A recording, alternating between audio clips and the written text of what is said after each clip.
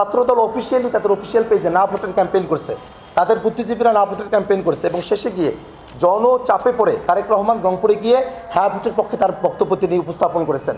আমরা যখন সংস্কারের ইস্যুগুলো দেখেছি, আপনারা দেখেছেন যে এবারের যে নির্বাচন, সেই নির্বাচন কিন্তু একই সাথে দুটো নির্বাচন ছিল। একটা ছিল সংসদ সদস্যদের নির্বাচন, আর একটা ছিল গণভোটের নির্বাচন।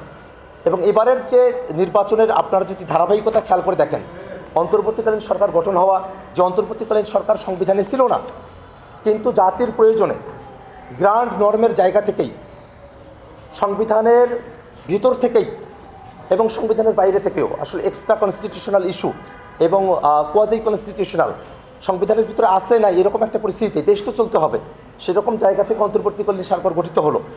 সেটা নিয়ে সেই শপথ গ্রহণ নিয়ে বিএনপির কোনো আপত্তি ছিল না।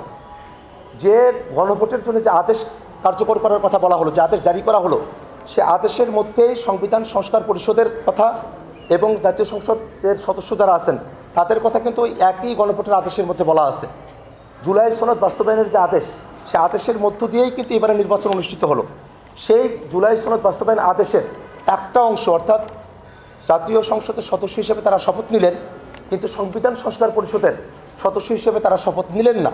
এই বিষয়টা কিন্তু আমাদের সামনে স্পষ্টত তুলে ধরে যে বিএনপির কাছে যে বিষয়টা তাদের ক্ষমতা গ্রহণের জন্য তাদের কাছে পছন্দসই, তারা শুধুমাত্র ততটুকু মানবেন, আর যেটা তাদের ক্ষমতাকে জবাবদিহিতার আওতায় নিয়ে আসতে পারে সেই অংশগুলোকে তারা বাদ দিয়ে দিবেন।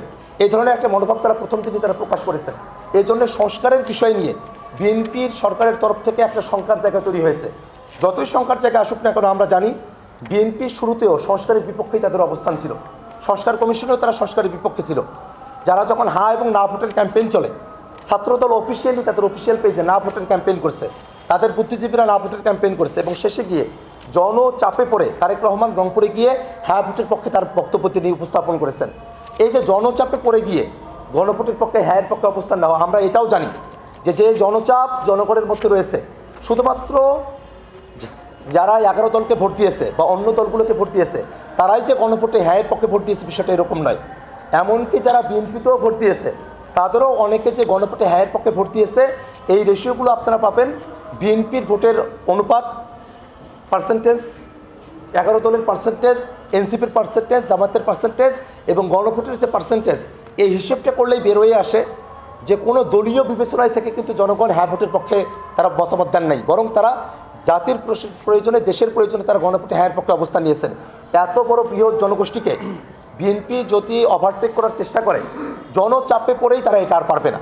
এবং আমরা জানি তারা জল ঘোলা করবে, জল ঘোলা করে জনচাপে বাধ্য হয়েই সংবিধান সংস্কার পরিষদের শপথ নিতে তারা বাধ্য হবে।